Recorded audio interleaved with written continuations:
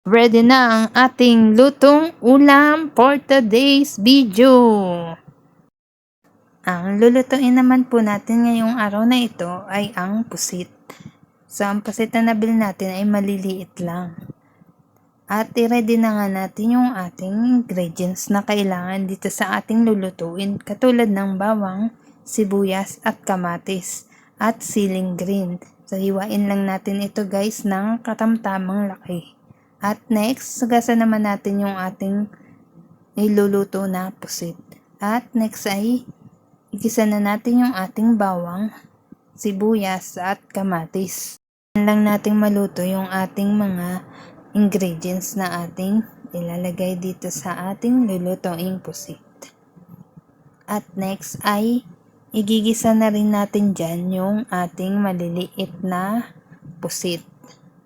At hahayaan lang natin itong maluto hanggang sa maluto. At dyan, ginisa na nga natin yung ating pusit. Haluin lang natin ito. At maglalagay tayo dyan mamaya ng paminta.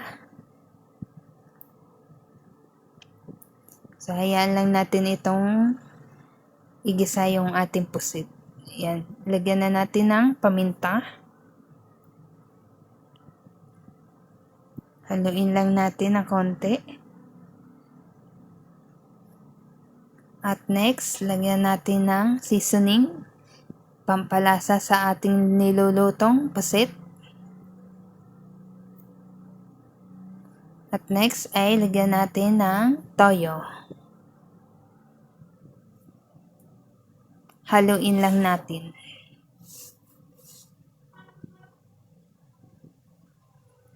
So, ayan, lagyan natin yan ng siling green para mabango ang ating nilulutong pusit. At takpan lang natin at hayaan natin kumulo hanggang sa lumambot yung ating nilulutong pusit. So, ayan, kumukulo na ang ating niluluto. Hayaan lang natin itong kumulo. At pag kumulo na nga, ay lalagyan natin ito ng suka para may lasa ang ating adobong pusit. So, ayan. Okay na yung ating nilulutong pusit. Pakuluin pa natin ito dahil medyo matigas-tigas pa yung ating pusit. Hayaan lang natin lumambot-lambot pa hanggang sa tuluyang nang maluto yung ating pusit. So, ayan, okay na yung ating pusit. Ready to serve na. Thank you for watching.